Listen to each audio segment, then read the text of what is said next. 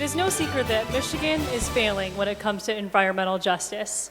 Our state recently made the cover of Newsweek for the air pollution in my district in Detroit and Wayne County, and events in Flint have certainly brought worldwide attention to the need for change. A bipartisan task force recently gave a great deal of focus and attention to this issue of environmental injustice. Southwest Detroit and my district faces some of the worst air pollution in the state, and includes the most polluted zip code as well. The cumulative impact of air pollution from the refinery, coal plant, steel mills, and international bridge truck traffic lead to high rates of asthma in children, COPD, and other respiratory diseases.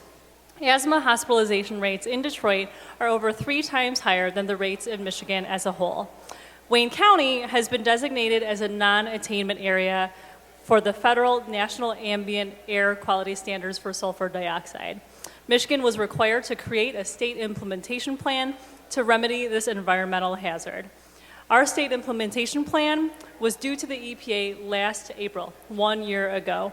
Just last month, the EPA sent Michigan a letter stating that we have failed to submit a plan and setting a timetable in place. My first amendment would require the Michigan Department of Environmental Quality to not issue an air emissions permit for applicants who would increase air pollution until there was a state or federal implementation plan approved for sulfur dioxide. The second amendment would appropriate funds for a cumulative impact study of the air pollution on local public health, evaluating the combined impact of sulfur dioxide, NOx, volatile organic compounds, and fine particulate matter.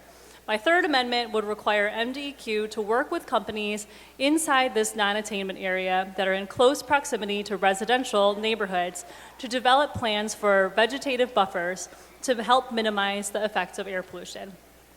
To pass a budget for the MDEQ without ensuring that we work harder and smarter to protect the air that our children and our seniors breathe is just unacceptable.